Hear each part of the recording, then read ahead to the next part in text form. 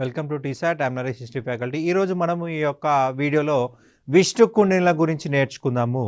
Right, మనకి తెలంగాణ ప్రాంతాన్ని పరిపాలించిన మరి ఒక ముఖ్యమైన రాజుల్లో విష్ణు కుండినులు కూడా ఒక ముఖ్యమైన రాజులుగా చెప్పాల్సి ఉంటుంది. రైట్, మొదట ఈ విష్ణు కుండిన అనే రాజులని ఆంధ్ర ప్రాంత రాజులుగా చిత్రీకరించేటువంటి కుట్ర జరిగిందని చెప్పాల్సి ఉంటుంది. రైట్, మనకు వినుకొండ యొక్క సంస్కృతీకరణ పదమే విష్ణుకుండిని అని చెప్పుకోవడం జరిగింది. కానీ వీళ్ళు మొదట పరిపాలించిన ప్రాంతము మహబూబ్ నగర్, నల్గొండ జిల్లా ప్రాంతాలని చెప్పేసి మన యొక్క ప్రముఖ చరిత్రకారులు బిఎన్ శాస్త్రి లాంటి వాళ్ళు మనకి ఈ తెలంగాణ ప్రాంతం వాళ్ళని నిరూపించడం జరిగింది. వీళ్ళు మొదట పరిపాలించిన ప్రాంతం తెలంగాణ ప్రాంతంగానే గుర్తుపెట్టుకోవాల్సి ఉంటుంది. విష్ణుకుండినులు తెలంగాణ రాజులు. రాజ్య స్థాపకుడు వచ్చేసి మహారాజేంద్ర వర్మ. ఇతన్నే ఇంద్రవర్మ అని కూడా పిలుస్తారు. ఇంద్రవర్మ లేదా మహారాజేంద్ర వర్మ. ఈ వంశంలో గొప్పవాడు రెండవ మాధవ వర్మ. చివరి పాలకుడు వచ్చేసి మంచన భట్టారక వర్మ. వీళ్ళు బ్రాహ్మణులు. సంస్కృత భాషకి అధికార హోదా ఇవ్వడం జరిగింది, రాజ హోదా ఇవ్వడం జరిగింది. రాజభాష అంటే సంస్కృతం అని చెప్పాల్సి ఉంటుంది. రాజలాంఛనము పంజా ఎత్తిన సింహము. పంజా ఎత్తిన సింహం అని గుర్తుపెట్టుకోవాల్సి ఉంటుంది. వీళ్ళ శాసనాల్లో మేము శ్రీ పర్వత స్వామి భక్తులమని చెప్పేసి చెప్పుకోవడం జరిగింది. శ్రీ పర్వత స్వామి భక్తులు. విష్ణుకుండినుల యొక్క కులదైవం శ్రీ పర్వత స్వామి. క్రీస్తు శకం 5వ శతాబ్దం 6వ శతాబ్దంలో తెలంగాణ మరియు ఆంధ్ర ప్రాంతాలని విష్ణుకుండినులు అనేవాళ్ళు పరిపాలించడం జరిగింది. మనకి విష్ణుకుండినుల యొక్క ప్రముఖ శాసనాలు చూసినట్లయితే చిక్కుల్లా శాసనం రెండవ విక్రమేంద్ర వర్మ జారీ చేయడం జరిగింది. రామతీర్థం శాస్త్రం ఇందవర్మ లేదా మహారాజేంద్ర వర్మ ఈ వంశం యొక్క స్థాపకుడు ప్రారంభించడం జరిగింది. పొలమూరు శాస్త్రం 3వ మాధవ వర్మ అండ్ ఈ ఊరు శాస్త్రం 3వ మాధవ వర్మ అని చెప్పేసి గుర్తుపెట్టుకోవాల్సి ఉంటుంది. విష్ణుకుండిన పదము వినుకొండ, గుంటూరు జిల్లా సంస్కృతీకరణం అని, అది వారి ప్రథమ నివాసం అని కీల్హారన్ అనే పండితుడు పేర్కొనడం జరిగింది. కీల్హారన్ ఏమంటున్నాడు? వినుకొండ పదమే సంస్కృతీకరణమే విష్ణుకొండ, విష్ణుకుండి. ఆ విష్ణుకుండి నుంచే విష్ణుకుండినులు వచ్చారు అంటున్నాడు కీల్హారన్. విష్ణుకుండిల కులదైవము శ్రీ పర్వత స్వామి. మల్లికార్జునుడు ఇద్దరు ఒకటేనని కీల్హారన్ పేర్కొన్నాడు. కీల్హారన్ అనేవాడు బ్రిటిష్ చరిత్రకారుడు అని చెప్పాల్సి ఉంటుంది. బ్రిటిష్ వాళ్ళు విభజించి పాలించే విధానంలో భాగంగా మతాల మధ్యనే కాకుండా ప్రాంతాల మధ్య కూడా చిచ్చుపెట్టే ప్రయత్నం చేశారు. అందులో భాగంగా ఇది ఒక ఎగ్జాంపుల్ అని చెప్పాల్సి ఉంటుంది. విష్ణుకుండినుల కులదైవం శ్రీపర్వత స్వామి. ఆ శ్రీపర్వత స్వామియే మల్లికార్జున స్వామి అంటున్నారు. యాక్చువల్గా శ్రీపర్వత స్వామి అనగా బుద్ధుడు అని నేలటూరి వెంకటరమణయ్య అభిప్రాయపడ్డాడు. మనకి శ్రీ పర్వతం అంటే నాగార్జున కొండ. నాగార్జున కొండలో మొదట అభివృద్ధి చెందిన మతం అంటే బౌద్ధ మతము. అంటే శ్రీ పర్వత స్వామి అంటే బుద్ధుడు అని చెప్పేసి నేలటూరి వెంకటరమణయ్య చెప్తే, ఈ కీల్హారన్ అనేవాడు బౌద్ధ మతం ఈ శైవ మతం మధ్య గొడవ పెట్టే ఉద్దేశంలో భాగంగా శ్రీ పర్వత స్వామి అంటే మల్లికార్జున స్వామి అని చెప్పేశాడు. ఇది కూడా వివరించు పరించు భాగం అని చెప్పాల్సి ఉంటుంది. విష్ణుకుండినులు తెలంగాణ వారేనని నిరూపించిన చరిత్రకారుడు బి నరసింహ శాస్త్రి. షార్ట్కట్లో బిఎన్ శాస్త్రి అని చెప్పేసి చెప్తాము. తెలంగాణ సంబంధించి సమగ్ర చరిత్రను వెలికితీసిన చరిత్రకారులో మొదటి తరంలో మొదటి వరుసలో ఉండే వ్యక్తి బిఎన్ శాస్త్రి, అలాగే పివి పరబ్రహ్మ శాస్త్రి. వీళ్ళిద్దరి పేరు ముందు చెప్పాల్సి ఉంటుంది. తెలంగాణ వారే అని చెప్పేసి ప్రూవ్ చేశాడు బి నరసింహ శాస్త్రి లేదా బిఎన్ శాస్త్రి. ఇతను గోవింద వర్మ ఇంద్రపాల నగర తామ్రశాసనం, విక్రమేంద్ర భట్టారక వర్మ ఇంద్రపాల నగర తామ్రశాసనంను అధ్యయనం చేసి వీటి ద్వారా విష్ణుకుండినుల మొదటి పరిపాలన చేసిన తెలంగాణ ప్రాంతం అని నిర్ధారించడం జరిగింది. మనకి ఇంద్రపాలాపురంలో ఇక్కడ తామ్రశాసనాలు ఇద్దరు ఇవ్వడం జరిగింది. గోవింద వర్మ ఇచ్చాడు, విక్రమేంద్ర భట్టారక వర్మ ఇచ్చాడు. మనము శాతవాహనుల దగ్గర చెప్పుకున్నాం నాసిక్ శాసనము. నాసిక్ శాసనాన్ని మొదట జారీ చేసింది ఎవరయ్యా అంటే మొదటి కృష్ణుడు, తర్వాత గౌతమి బాలశ్రీ, తర్వాత రుద్రపురుష దత్తుడు. ఇతను వచ్చేసి నహాపనుడి యొక్క మేనల్లుడు. నాసిక్లో అనేక శాసనాలు దొరికాయి. ఒక ప్రాంతంలో అనేక శాసనాలు దొరికినప్పుడు వాళ్ళ శాసనం పేరు ముందు రాజు పేరు కానీ ఆ ఇచ్చిన వ్యక్తి పేరు కానీ పెడతారు. ఇక్కడ గోవిందవర్మ ఇచ్చాడు కాబట్టి గోవిందవర్మ ఇంద్రపాల నగర తామ్రశాస్త్రం అంటున్నాం. విక్రమేంద్ర భట్టారక వర్మ ఇంద్రపాల నగర తామ్రశాస్త్రం అంటున్నాము. రైట్. వీళ్ళు ఈ 2 శాసనాలను బేస్ చేసుకొని విష్ణుకుండినులు మొదట పరిపాలించింది తెలంగాణ ప్రాంతము. మనకి ఇక్కడ ఇంద్రపాల నగరం అంటే ప్రస్తుతం మనకి రామన్నపేట తాలూకాలో ఉన్నటువంటి ఇంద్రపాల గుట్టగా రైట్ మనకి గుర్తించడం జరిగింది. ఇంద్రపాల గుట్ట, దాన్నే ఇంద్రపాల నగరం అన్నారు. ఇప్పుడు దాన్ని ఇంద్రపాల గుట్ట అంటున్నాము. రైట్. భారతి అనే మాసపత్రికలో 1965 నుంచి 1972 మధ్యలో అనేక వ్యాసాలను ఈ యొక్క విష్ణుకుండినుల చరిత్ర పైన రైట్ శాసనాలను ఎక్స్ప్లెయిన్ చేస్తూ రాశాడు బి నరసింహ శాస్త్రి. రైట్. ఇతని యొక్క వాదనల వల్ల విష్ణుకుండినులు తెలంగాణ వాళ్ళని నిర్ధారించడం జరిగిందనమాట. రైట్. ఈ వాదమును డాక్టర్ బిరుదురాజు రామరాజు మరియు రాపాక ఏకాంబరాచార్యులు వంటి చరిత్రకారులు అంగీకరించడం జరిగింది. వాళ్ళు దీనికి వాదానికి బలం చేకూర్చని చెప్పాల్సి ఉంటుంది. పురావస్తు శాఖ డైరెక్టర్ డాక్టర్ పివి కృష్ణశాస్త్రి కీసరగుట్టలో తవ్వకాలు జరపడం జరిగింది. కీసరగుట్టలో తవ్వకాలు జరిపాడు. ఈ తవ్వకాలలో విష్ణుకుండినుల యొక్క నాణాలు లభించాయి.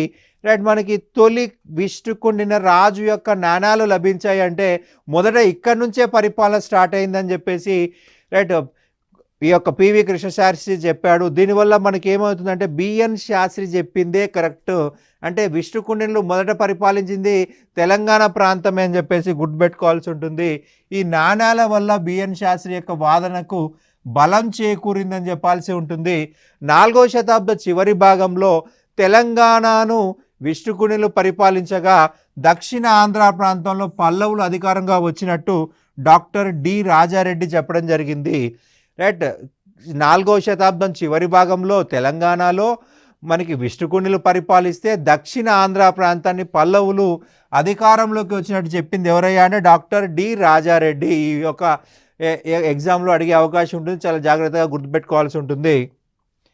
రైట్. విష్ణుకుండినులు తెలంగాణ ప్రాంతంలో క్రీస్తు శకం 4వ శతాబ్దం చివర రాజ్యానికి వచ్చారు. గోవిందవర్మ సార్వభౌముడిగా ఈ రాజ్యం ఆవిర్భవించింది అని చెప్పేసి పివి పరబ్రహ్మ శాస్త్రి మనకు ప్రముఖ చరిత్రకారుడు అండి. ఇతను తెలంగాణ సంబంధించి సమగ్ర చరిత్రను బయటికి తీసుకొచ్చిన చరిత్రకారులో పివి పరబ్రహ్మ శాస్త్రి పేరు మొదటి వరుసలో చెప్పుకోవాల్సి ఉంటుంది. మహారాజేంద్ర వర్మ విష్ణుకుండిన వంశస్థాపకుడు. రైట్. మహారాజేంద్ర వర్మ విష్ణుకుండిన వంశం యొక్క స్థాపకుడు అని చెప్పాలి. ఈ విషయము గోవిందవర్మ ఇంద్రపాల నగర తామ్ర శాసనంలో పేర్కొనబడింది. ఇతడు క్రీస్తు శకం 358లో విష్ణుకుండిన రాజ్యాన్ని స్థాపించడం జరిగింది. రైట్. ఇంద్రపాల శుక్రపురం అనే పేరు గల నగరాన్ని రైట్ నిర్మించి రాజధానిగా చేసుకున్నాడు. మరి ఇక్కడ ఎక్కడుందయా ఈ యొక్క ఇంద్రపాల శుక్రపురం అంటే యాదాద్రి భువనగిరి జిల్లా రామన్నపేట తాలూకాలో ఉంటుంది. ప్రస్తుతం దీన్ని ఇంద్రపాల గుట్ట అని చెప్పేసి పిలుస్తూ ఉన్నాము. ఆ ఇంద్రపాల గుట్టనే రైట్ ఇంద్రపాలపురం అని చెప్పేసి చెప్తా ఉన్నాము. రైట్. యాదాద్రి భువనగిరి జిల్లా అని చెప్పాల్సి ఉంటుంది. రైట్. కొత్త జిల్లా ప్రకారం మనకి ఒకవేళ పాత జిల్లా మెన్షన్ చేసినట్టయితే నల్గొండ జిల్లా అనేది గుర్తుపెట్టుకోవాల్సి ఉంటుంది. పాత జిల్లా అయితే నల్గొండ జిల్లా, కొత్త జిల్లా అయితే మనకి యాదాద్రి భువనగిరి జిల్లా అని చెప్పాల్సి ఉంటుంది. ఇతను ఏలేశ్వరం, మిర్యాలగూడ, నల్గొండ, భువనగిరి, కీసర, ఇంద్రపాల నగరాలను ఆక్రమించుకొని జరిగింది. మహారాజేంద్ర వర్మ ఏలేశ్వరాన్ని, మిర్యాలగూడ, నల్గొండ, భువనగిరి, కీసర, ఇంద్రపాల నగరం ప్రాంతాలను ఆక్రమించుకోవడం జరిగింది. అలాగే ఇతని పూర్వీకులు అచ్చంపేట తాలూకాలో అమరాబాదు రాజధానిగా కృష్ణానది ఉత్తర తీర ప్రాంతాలను పాలిస్తూ ఉంటున్నారని బిఎన్ శాస్త్రి చెప్పడం జరిగింది. బిఎన్ శాస్త్రి ప్రకారం మహారాజేంద్ర వర్మ యొక్క పూర్వీకులు అచ్చంపేట తాలూకాలోని అమరాబాద్, మనకు ప్రస్తుతం దాన్ని మహబూబ్ నగర్ జిల్లా అంటున్నాము, అమరాబాద్ అడవుల్లో అక్కడ తొలి రాజ్యం ఏర్పాటు చేశారు, అక్కడే స్వతంత్ర ప్రకటించుకున్నాను చెప్తున్నాడు. రైట్. మహారాజేంద్ర వర్మ జారీ చేసిన శాసనం అంటే రామతీర్థ శాసనం అని చెప్పాల్సి ఉంటుంది. రామతీర్థ శాసనంలో ఇతనికి ఉన్న బిరుదు ప్రియపుత్ర అని చెప్పాల్సి ఉంటుంది. ప్రియపుత్ర అనే బిరుదుని రామతీర్థం శాసనంలో పేర్కొనడం జరిగింది. ఓకే. నెక్స్ట్ మనకి మహారాజేంద్ర వర్మ తర్వాత మొదటి మాధవర్మ రాజు కావడం జరిగింది. మొదటి మాధవర్మ రాజేంద్ర వర్మ కుమారుడు. ఇతడు మహబూబ్ నగర్, కొల్లాపురం, కరీంనగర్, ఖమ్మం జిల్లాలను తన అధికారంలోకి తెచ్చుకోవడం జరిగింది. రైట్. ఇంద్రపాల నగర తామ్ర శాసనంలో ఇతని ప్రశంస ఉంది. ఇంద్రపాల నగర తామ్ర శాసనంలో మనకి ఈ యొక్క మొదటి మాధవవర్మ యొక్క గొప్పతనం, అతని యొక్క యుద్ధాలు, అతని విజయాల గురించి ప్రశంసిస్తూ రాయడం జరిగింది. అలాగే పొలమూరు శాసనం ప్రకారము ఇతనికి విక్రమ మహేంద్ర అనేటువంటి బిరుదు ఉంది. మనకి ఎగ్జామ్లో మ్యాచ్ ద ఫాలోయింగ్లో రైట్ మనకి ఈ యొక్క విష్ణుకుండ్ల యొక్క బిరుదులు గతంలో అడిగారండి, ఖచ్చితంగా మనం గుర్తుపెట్టుకోవాల్సి ఉంటుంది. అంటే మొదటి మహేంద్ర వర్మ యొక్క బిరుదేందయ్యా, మొదటి మాధవ వర్మ యొక్క బిరుదేందయ్యా అంటే విక్రమ మహేంద్ర అనేటువంటి బిరుదు గుర్తుపెట్టుకోవాల్సి ఉంటుంది. మొదటి మాధవ వర్మ బిరుదు వచ్చేసి విక్రమ మహేంద్ర. దేని ప్రకారం అండి? పొలమూరు శాసనం ప్రకారం. క్వశ్చన్ మనకి ఎలాగైనా అడగొచ్చు. విక్రమ మహేంద్ర అనే బిరుదుని మొదటి మాధవ వర్మకి ఏ శాసనం ప్రకారము ఉంది అంటాడు? పొలమూరి శాసనం అని చెప్పాల్సి ఉంటుంది. మొదటి మాధవ వర్మ పొలమూరు శాసనం ప్రకారం ఉన్న బిరుదేంటి అంటాడు? విక్రమ మహేంద్ర అనేది గుర్తుపెట్టుకోవాలి. ఎలా తిప్పి అడిగినా మనం ఆన్సర్ చేయగలగాలి. గోవింద వర్మ రైట్ మొదటి మాధవ వర్మ కుమారుడు. రైట్ మనకి గోవింద వర్మ వచ్చేసి వంశం యొక్క తొలి గొప్ప రాజుగా చెప్పాల్సి ఉంటుంది, తొలి అగ్రగణ్యుడిగా చెప్పాల్సి ఉంటుంది. రైట్ ఇతని రాజధాని ఇంద్రపాల నగరము, దాన్నే మనం తుమ్మలగూడెం అంటున్నాము. రైట్ ఇంద్రపాల గుట్ట లేదా తుమ్మలగూడెం అని చెప్తున్నాము. యాదాద్రి భువనగిరి జిల్లా అని చెప్పాల్సి ఉంటుంది. రైట్ తుమ్మలగూడెం, ఇంద్రపాల గుట్ట. రైట్ ఇతడు ఇంద్రపాల నగర తామ్రశాసనం వేయించాడు. రైట్ మోస్ట్ ఇంపార్టెంట్ చూడండి. రైట్ తెలంగాణలో తొలి సంస్కృత శాసనం గోవిందవర్మ జారీ చేసినటువంటి ఇంద్రపాల నగర తామ్రశాసనము. రైట్ మనకి సంస్కృత శాసనాలు ఉత్తర భారతదేశంలో ప్రారంభమయ్యాయి. రుద్రాదముడు అనేవాడు మొదటి సంస్కృత శాసనాన్ని జారీ చేశాడని చెప్పేసి మనం గతంలో చెప్పుకున్నాము. రుద్రదమనుడు ఇతను ఉజ్జయిని శాఖ రాజ్యానికి చెందినటువంటి వాడు. గిర్నార్ సంస్కృత శాసనాన్ని జారీ చేయడం జరిగిందని గుర్తుపెట్టుకోవాల్సి ఉంటుంది. అయితే ఇక్కడ ప్రధానంగా చూసినట్లయితే గోవిందవర్మ అనే వ్యక్తి తెలంగాణ వ్యాప్తంగా మొదటి సంస్కృత శాసనం జారీ చేయడం జరిగింది. మనకి నాగార్జునకొండ సంస్కృత శాసనం వచ్చేసి మనకు దక్షిణ భారతదేశంలోని తొలి సంస్కృత శాసనము. మనకు నాగార్జునకొండ ఆంధ్రాకి వెళ్ళిపోవడం వల్ల మన తెలంగాణ వరకు చూసినట్లయితే ఇంద్రపాలాపురం తామ్రశాసనము, రైట్ ఇంద్రపాలాపురం లేదా ఇంద్రపాల నగర తామ్రశాసనము యాదాద్రి భువనగిరి జిల్లా అని చెప్పాల్సి ఉంటుంది. రైట్ ఇతడు గొప్ప రాజనీతిజ్ఞుడు, గొప్ప విజేత, బౌద్ధ మత పోషకుడు. రైట్ ఇతను బౌద్ధ మతం నుంచి వైదిక మతంలోకి రావడం జరిగింది. అయినప్పటికీ బౌద్ధ మతం పట్ల సహనం వహించాడు. బౌద్ధ మత సహనం వహించి అనేక స్తూపాలను నిర్మించడం జరిగింది. ఇతడి పట్టపురాణి పరమ మహాదేవి బౌద్ధ మత అభిమాని. ఇతను మాత్రమే మతం మారడం జరిగింది, తన భార్య బౌద్ధ మతాన్ని అనుసరించడం జరిగింది.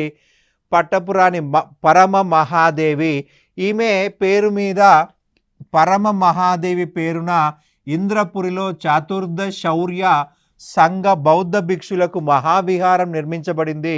ఈ విహారంనే మనం ఏమంటాం అంటే గోవిందరాజ విహారం అని చెప్పి చెప్తాము. తన భర్త పేరు మీద కట్టింది. దానికే తర్వాత కాలంలో గోవిందరాజ విహారం అనే పేరు వచ్చింది. ఈ గోవిందరాజ విహారము నిర్వహణ కోసము గోవిందవర్మ పెన్కపుర అనే గ్రామమును అగ్రహారంగా ఇచ్చడం జరిగింది. పెన్కపురం అనే గ్రామాన్ని దానం చేయడం జరిగింది. ఆ యొక్క విహారము నిర్వహణ కోసము డబ్బులన్నీ కూడా ఈ పెన్కపుర నుంచే వసూలు చేస్తారు. పెన్కపురను దానం చేయడం అంటే అందులో ఉన్నటువంటి ప్రజలను కూడా దానం చేయడం అని అర్థము.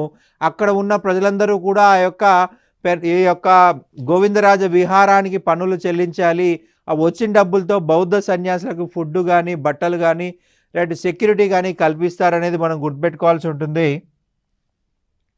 హైదరాబాదు నగర సమీపంలో ఉన్న చైతన్యపురిలో మూసీ నదీ తీరంలో లభించిన ప్రాకృత శాసనము ఈ మహారాజు పేరు వెలిసిన గోవిందరాజ విహారము చైత్యాలయము గురించి తెలుపుతుంది. మనకి ప్రస్తుతము అక్కడ మొత్తం ఈ గోవిందరాజ విహారం నాశనం అయిపోయింది, చైత్యాలయం నాశనం అయిపోయింది. జస్ట్ ఈ శాసనం మాత్రమే మనకు కనిపిస్తూ ఉందన్నమాట. రైట్ చైతన్యపురిన మూసీ నది ఒడ్డున మనకి ఇది అభివృద్ధి చెందిందని చెప్పాల్సి ఉంటుంది. మూసీ నది ఒడ్డున దొరికింది కాబట్టి మూసీ నదీ శాసనం అన్నారు. లేదా చైతన్యపురిలో దొరికింది కాబట్టి చైతన్యపురి శాసనం అంటారు. ఇక్కడ మన తెలంగాణ ప్రాంతంలో మొట్టమొదటి ప్రాకృత శాసనం అంటే చైతన్యపురి. చైతన్యపురి ప్రాకృత శాసనం అని చెప్పాల్సి ఉంటుంది. తెలంగాణ ప్రాంతంలో మొట్టమొదటి ప్రాకృత శాసనం అంటే చైతన్యపురి ప్రాకృత శాసనము లేదా మూసీ నది శాసనం అని చెప్పాలి. మూసీ నది ఆ కాలంలో జీవనది. అందరూ మంచినీళ్ళు మూసీ నుంచి సేకరించుకునే వాళ్ళు.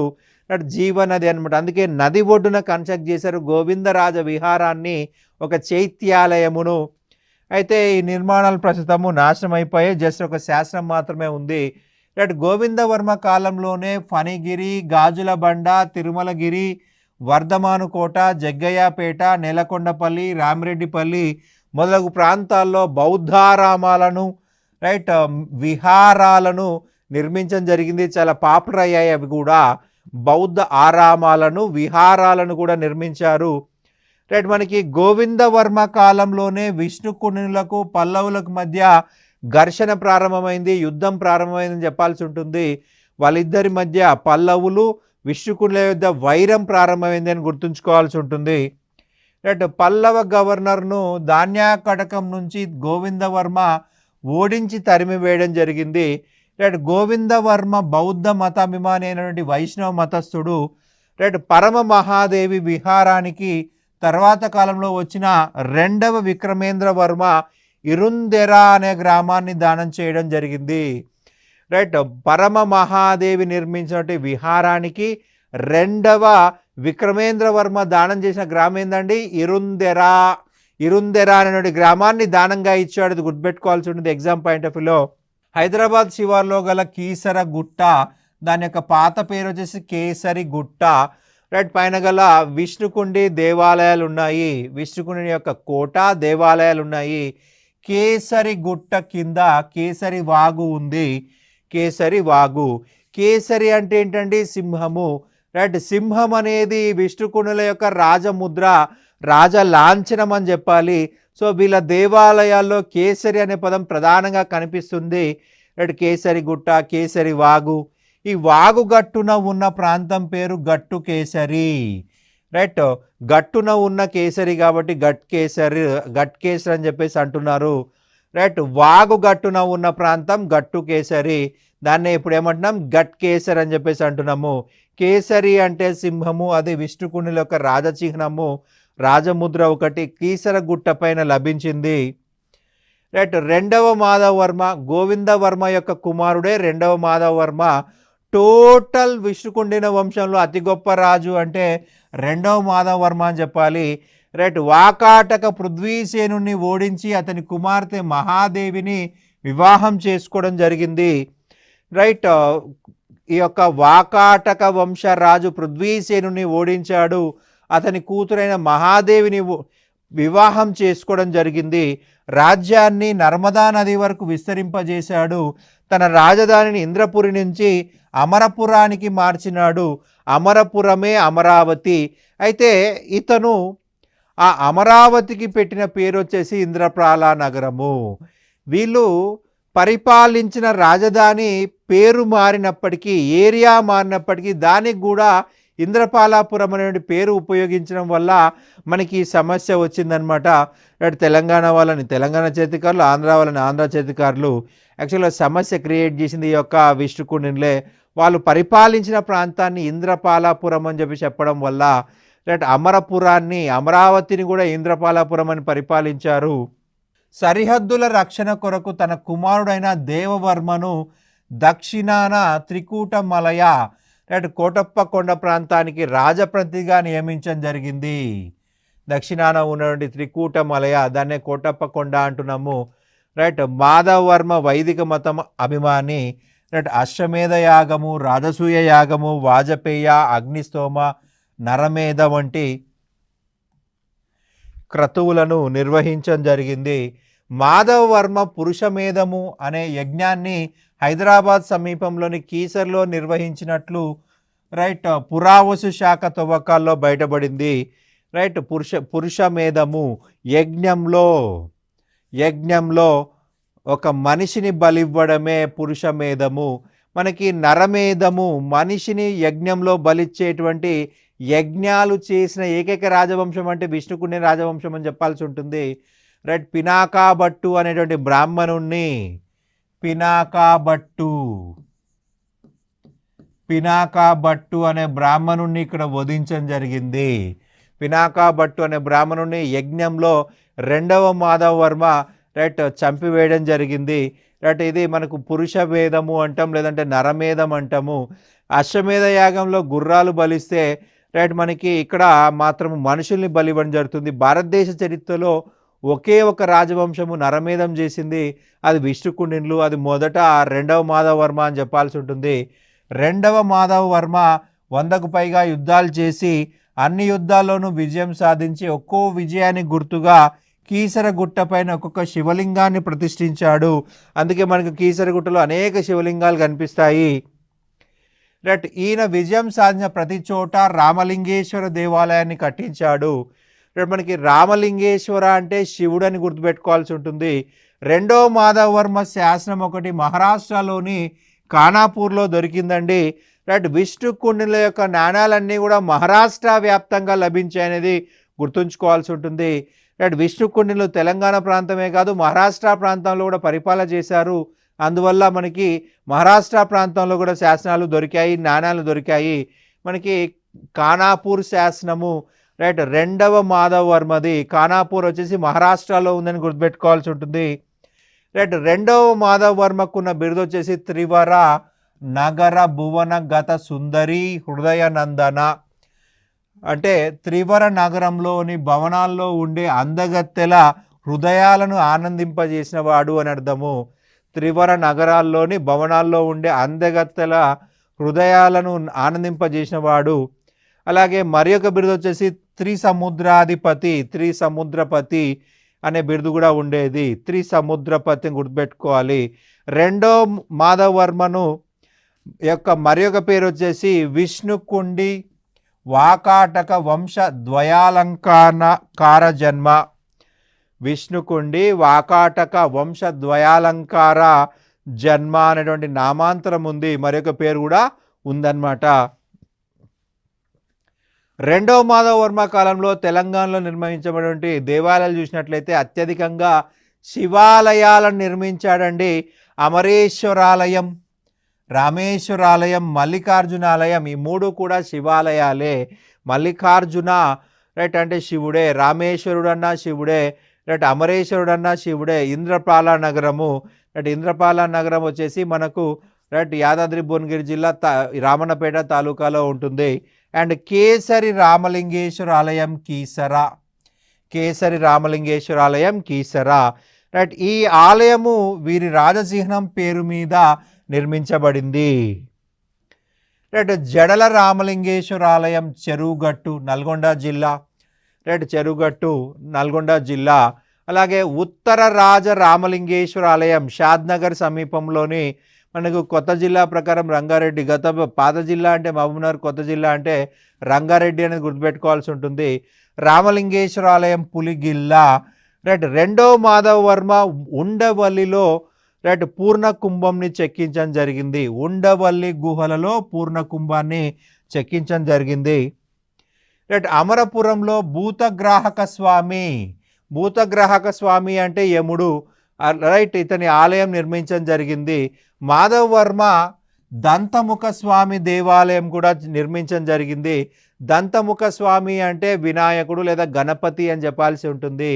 రైట్, ఇతని శాసనాలు ప్రధానంగా చూసినట్లయితే ఈ ఊరు శాసనం, ఖానాపూర్ శాసనం, వేల్పూరు శాసనాలు, ఈ మూడు శాసనాలు ప్రధానంగా జారీ చేసింది ఎవరయ్యా అంటే రెండవ మాధవ వర్మ అని గుర్తుపెట్టుకోవాల్సి ఉంటుంది. రైట్, నెక్స్ట్ చూసినట్లయితే విక్రమేంద్ర వర్మ. ఇతను ఇంద్రపాల నగర శాసనంలో ఇతని గురించి ఉంది. రైట్, ఇతన్ని మహాకవి అని చెప్పేసి పిలవడం జరిగింది. విక్రమేంద్ర వర్మ యొక్క బిరుదు ఏంటంటే మహాకవి. రైట్, ఈ బిరుదులు మనకి ఎగ్జామ్ పాయింట్లో వస్తాయి, ఖచ్చితంగా గుర్తుపెట్టుకోవాల్సి ఉంటుంది. అండ్ నెక్స్ట్ చూసినట్లయితే మూడవ మాధవ వర్మ. ఇతను ఈ ఊరు తామ్ర శాసనాన్ని జారీ చేయడం జరిగింది. రైట్, ఇతడికి ఉన్న బిరుదు వచ్చేసి త్రికూట మలయాధిపతి అనే బిరుదు ఉందని గుర్తుపెట్టుకోవాల్సి ఉంటుంది. రైట్, ఈయన కందార వంశాన్ని పూర్తిగా నిర్మూలించి త్రికూట మలయాధిపతి అనే బిరుదు ధరించాడు.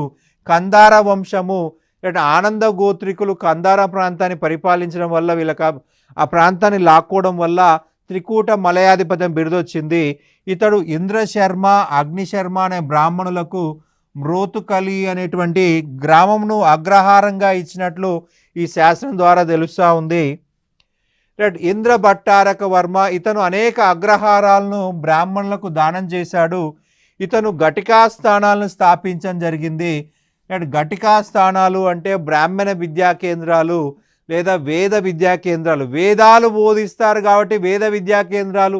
ఆ విద్య బ్రాహ్మణులకు మాత్రమే కాబట్టి బ్రాహ్మణ విద్యా కేంద్రాలు అంటున్నాము.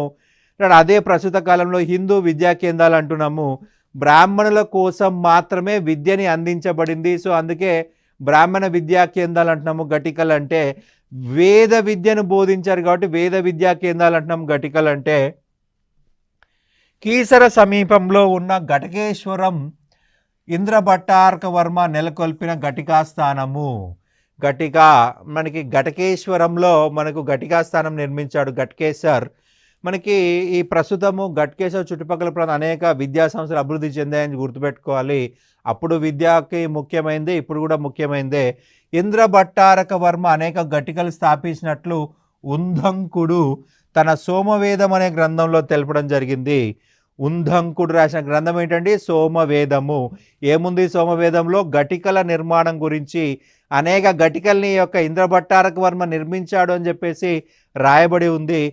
ఈ ఇంద్ర భట్టారక వర్మ యొక్క బిరుదు ఏంటండి? సత్యాశ్రయుడు అనేటువంటి బిరుదు ఉంది. విక్రమేంద్ర భట్టారక వర్మ, ఇతన్నే రెండవ విక్రమేంద్ర వర్మ అని కూడా పిలవడం జరుగుతుంది. ఇతడు ఇంద్ర భట్టారక వర్మ యొక్క పెద్ద కుమారుడు అని గుర్తుపెట్టుకోవాలి. అండ్ ఇతని బిరుదు వచ్చేసి ఉత్తమాశ్రయుడు అని చెప్పేసి గుర్తుపెట్టుకోవాలి. ఇతడు తన రాజధానిని అమరావతి నుంచి లెందులూరు, దాన్నే ఇప్పుడు దెందులూరు అని చెప్పేసి అంటున్నాము. అమరావతి నుంచి లెందులూరు, దాన్నే దెందులూరు అని చెప్పేసి అంటున్నాము. ఇతడు బ్రాహ్మణులకు తుండి గ్రామాన్ని దానం చేయడం జరిగింది. ఆ తుండినే ప్రస్తుతం తుని అని చెప్పేసి చెప్పడం జరిగింది. ఇతడు తన 11వ రాజ్య సంవత్సరంలో ఇంద్రపాల నగరంలోని పరమ మహాదేవి విహారానికి ఇరుందెరా గ్రామాన్ని దానంగా ఇవ్వడం జరిగింది. దానంగా ఇచ్చాడు. తన 11వ రాజ్య పరిపాలన సంవత్సరంలో ఇంద్రపాల నగరంలో పరమ మహాదేవి నిర్మించినటువంటి విహారానికి ఇరుందెరా అనేటువంటి గ్రామాన్ని దానంగా ఇచ్చాడు. ఇక 4వ మాధవ వర్మ, ఇతనికి జనాశ్రయ అనేటువంటి బిరుదు ఉందండి. ఇతను ఈపూరులో 2వ శాసనం, పొలమూరులో 2వ శాసనం. మనకి వీళ్ళు రెండు శాసనాలు జారీ చేయడం వల్ల మొదటి శాసనం 2వ శాసనం డివైడ్ చేశామన్నమాట. మాధవ వర్మ విజయవాడ దుర్గా మల్లీశ్వర స్వామి భక్తుడు. ఇతని న్యాయం పాలన ప్రశంసనీయమైంది. విష్ణుకుండిలో చివరి వాడైనటువంటి వాడు మంచన భట్టారక వర్మను తరిమేసి చాళుక్యులు రాజ్యాన్ని ఆక్రమించడం జరిగింది. ఇదండి మనకు విష్ణుకుండిల యొక్క సమాచారము. Thank you.